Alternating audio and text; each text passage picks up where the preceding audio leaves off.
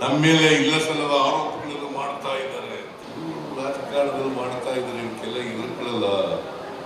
ನಾನು ಯಾವತ್ತೂ ಕೂಡ ಹೋರಾಟದ ಹಿನ್ನೆಲೆಯಿಂದ ಬಂದಿರತಕ್ಕಂಥವ್ರು. ಸುಳ್ಳು ಆರೋಪಗಳಿಗೆ ಯಾವತ್ತೂ ಇದರಲ್ಲ.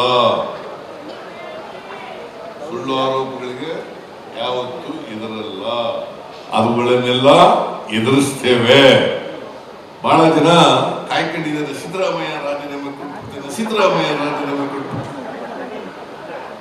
ನಾನು ತಪ್ಪು ಮಾಡೇ ಇಲ್ಲ.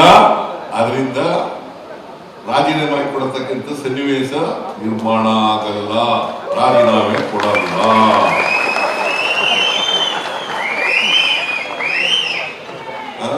ಕೊಡ್ಬೇಕಾ? ಕೊಡ್ಬೇಕೇನ್ರಿ? ಕೊಡಾಗಿಲ್ಲ.